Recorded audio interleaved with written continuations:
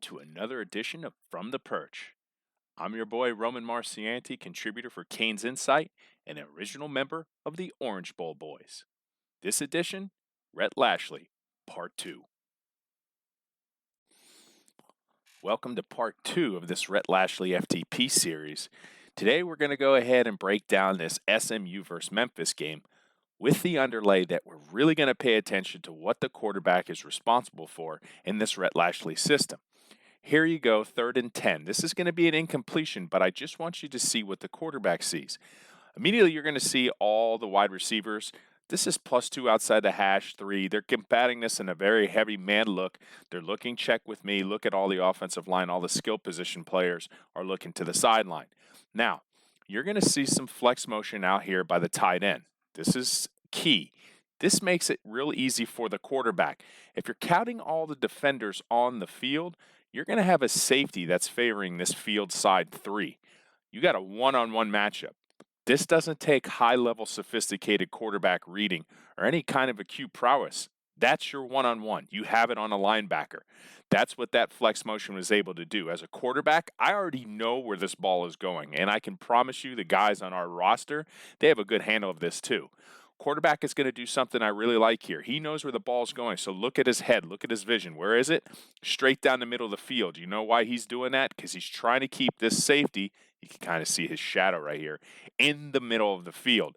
By doing that, that is the look that you want. You deliver this ball on the outside, see where that safety was by that quarterback looking middle of the field. Even though this is an incomplete pass, this was the right read. This was all set up pre-snap. This is what Rhett Lashlee and a little bit of tempo and movement can do. These quarterbacks in Miami are going to handle it just fine. This is a 1st and 10 play out of an empty set. Look, pay attention to the personnel if you can. You have one tight end. You have 2 tight ends and 1 running back. We call that 12-set personnel. But in this spread variety, you're putting your linebackers in conflict space. Okay, so that's note 1. This is a simple play design, one in which you're going to have a wide receiver run a tunnel screen at the top of the screen, and then basically you're going to have a swing or considered bubble screen to the bottom of the screen. So what is the quarterback responsible for? I'll tell you exactly at the snap of the ball. You're going to see once again what I mentioned. There's the running back, and then he goes away. Look at the quarterback's eyes. All he's focused on is this linebacker. This is all he needs to read. When that linebacker goes ahead and checks with this running back, he understands it's a 3-on-3 advantage. In this case, go ahead and throw this at the top of the screen and look at what would have happened right here. At this juncture, if this tight end would have simply blocked his linebacker, then you have this offensive lineman with a straight shot at the cornerback. This, especially when you have the safety favoring, once again, that field side 3, this had lanes for days. Unfortunately, the tight end missed the block. This play gets blown up. Lucky it didn't get intercepted. But once again, focusing just on the quarterback and what he was responsible for. At the snap of the ball, just read the Mike linebacker. Read his flow. It will tell you where the ball needs to go. That's not high-level stuff. Our quarterbacks can handle it. To say Miami struggled on 3rd downs in 2019 is probably the understatement of the year. So let's focus on this 3rd down, shall we? 2 tight ends in a bunch set close to the formation. Memphis is going to combat this. They have 2 safeties over the top, 1 not pictured. 1 is set inside the hash, therefore vacating a big open area up here in the field. For a quarterback, this is a very simple read. It's known as a high-low read. Nothing too complicated. This is something they teach in high school and even before. So what you're going to notice as far as a play combo, you're going to have this wide receiver do a corner route, and this tight end is going to go ahead and take an out. You read 1 defender. That's it. You read number 2 right here, and this is exactly where the quarterback's direction and his eye is going to take him. There he is. See his eyes immediately go in that direction. He is reading this cornerback. He stays up. That's your high-low read. He stayed low, and there's a corner, and there it is. 1st down. This is going to be a big play as well. Got him in space. That was a great play design. Nothing too overly complicated. Our quarterbacks can handle it. That's the theme. 2nd and 10, 11-set personnel, 2x2 gun look. I just want to go ahead and emphasize how this system can make a quarterback's life very, very easy. You're going to see so many aspects just on this one play that's going to aid the quarterback play here at the University of Miami. First, watch the quarterback call for the ball. When he does that and the defense does not move, you have a pretty good sense of what coverage they're in. And in this case, what are they looking like? They're in a 2 deep cover 2 shell. However, they're playing press man on the outside. And I think that's where the focus is going to shift. Because when they look at the sideline and they change this play, you're going to see them change the run strength real quick when the running back comes over here. You still have this press man. Now look at what happened with this wide receiver's route. It's going to redirect. He's going to stem. When he does that, that is a very unique and creative way to beat press man coverage. And that's exactly what's going to happen. This was the intent all along, just to beat that press man coverage.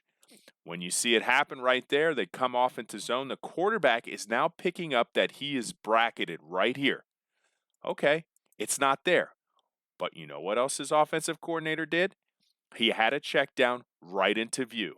That's all you do. You hit it, live to fight another day. So, you see the check with me.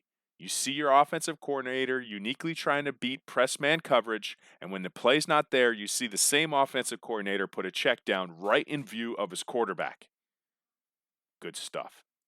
This is going to be another successful third down conversion for the SMU Ponies. Oh, wait, they're the Mustangs, right? Yeah, the pony comes onto the field after they score touchdowns, but they're Mustangs. Okay, not ponies. Got it.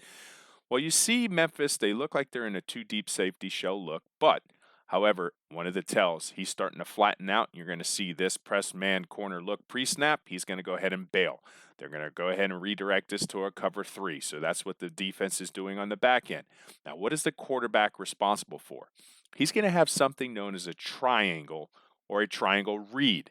And that you're going to see that unfold. The pass strength's right down here to the bottom of the field side.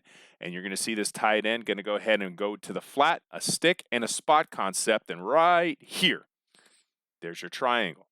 You just read this area as a quarterback.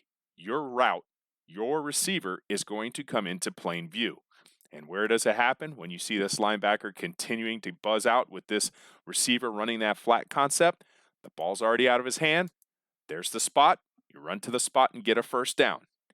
Good design, real easy for a quarterback to find. Just look for the triangle.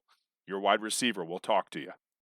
For those still wondering if a Miami Hurricane quarterback on the roster can execute this offense, my question to you is, do we have a Miami Hurricane quarterback on the roster who can throw the ball 5 yards in the air? Because if the answer is yes, my answer is yes. Because when your offensive coordinator can help you with creative play design, it makes things really easy for a quarterback. You're going to see that the pass strength is set here to the boundary side of the field. It's a 3-by-1 look, considering this is your run strength out here to the field. What's going to further complicate this for the defense, now the run strength and the pass strength, well, that just went to one side of the field only. The defense is adjusting. Look at them. Look at their eyes. Look at their flow, pointing in this direction. Walk, walk, walk, walk. Now you get a play action pass that direction, another false step, and there you go. That was all bait. Because right here, you're going to have a boom. And right here, you're going to have a bang. 1st and 10, and this is going to be a pre-snap read RPO. When I think of early RPOs, this is it. A quarterback under center with a run play called. If he saw a wide receiver at the line of scrimmage that essentially was unchecked or had leverage, he would throw him the ball. And here it is.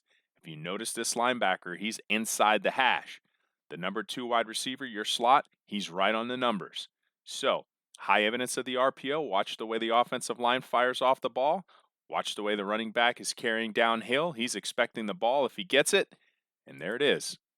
He had the leverage. There's the block. Just make one person miss. That's all your offensive coordinator and your offense is asking you to do. You make that happen. Easy first down on first. I will caution Canes fans. Sometimes when you look at the box score, why didn't we run the ball that much? Well, in cases like that, a run was called, but the quarterback checked it when he saw something easy. And to me, that's an extension of the run game, especially when it's super effective like that. Okay, something earlier in the week that a quarterback can identify in the film room is who's susceptible to a double move. And in this case, we already have that coming into the game plan.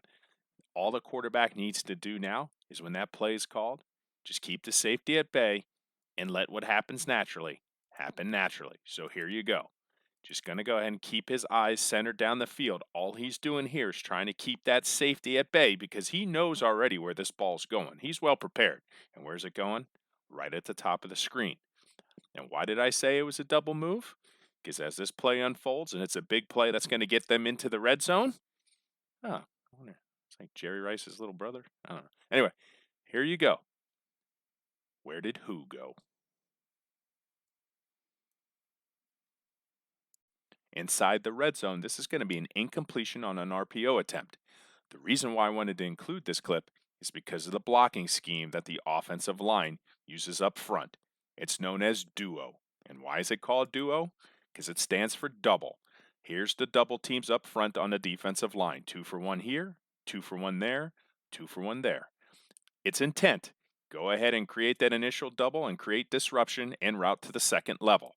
Now, I think the quarterback makes a mistake because if you see this right here, especially considering that the tight end came across the formation on the arc block, there's a nice little lane, gets some yards after contact. Potentially, this goes for a touchdown. In this case, he holds on to the ball. Memphis defender astutely picks up on it and goes ahead and breaks up the back shoulder fade attempt. I like the wrinkle. I like this style of RPO. I like the blocking scheme, especially when you consider that the offensive line for the University of Miami has struggled with one-on-one matchups. You know what else is going to help the Miami Hurricane quarterbacks in 2020 under Rhett Lashlee?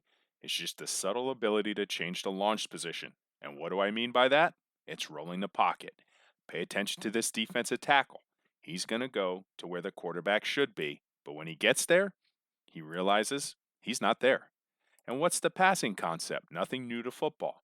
I think Mark Richt would consider this a 30-year staple. It's a flood. All you have is an outside receiver doing a vertical route. You have a short option, and you have the intermediate option, who got really high school wide open when he took an inside release, sold it, and then came back on the out. There's the throw. Boom. Wide open receivers, it doesn't take much to get them the ball. Hey, and if we're having that much problem with Miami Hurricanes running Rhett Lashlee's system, just get him out of the way.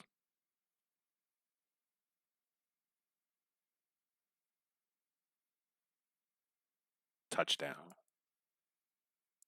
One of my big core values is just taking what the defense gives you. But in this case, I don't think offensive coordinator Rhett Lashlee likes what the defense is giving him. So he's going to go ahead and have the offense check with me. Now I'd like to take a stab at this and why. I think at the bottom of the screen, you see a lot of field in which to operate. If you can get one of your playmakers in space, maybe he can make you look good. And that's essentially what he's going to do. You're going to see number 4 at the top of the screen come all the way across the formation to settle down in space. Now, something else to take notice of. Do you notice how a DB went with him across the field? Well, guess what? I now know that I have man coverage, man 2. So in this case, quarterback has his route combo. This is going to be another 30-year staple variety. Nothing too complicated. You're going to go ahead and take a Z-go, slot out. Now, quarterback just needs to anticipate that, throw it with a little rhythm. And let me just tell you that this isn't an exceptional arm-powered throw. This really doesn't have a lot of authority, but it gets the job done. It's a first down. The combination with the check with me, getting your playmaker in space, and also getting the defense to kind of show its hand a little bit, all led to that play success. This is going to be the last clip of the night, and when you have an offensive coordinator dial up the creativity inside the red zone, you don't necessarily need to make the best of throws. You just need to make sure it gets there. And in this case, pay attention to this defensive back who's going to be in man responsibility with this receiver. Once the receiver comes in an orbit motion, but then fakes it and reverses course, this play was already won. And for good measure, make sure your tight end seals this edge so nobody can go ahead and impede and intrude on the play. This is going to be a walk-in touchdown. This is great design. Once again, you want to take the workload off your quarterback's plate? Just go ahead and design plays like this, and I promise you, it will all work.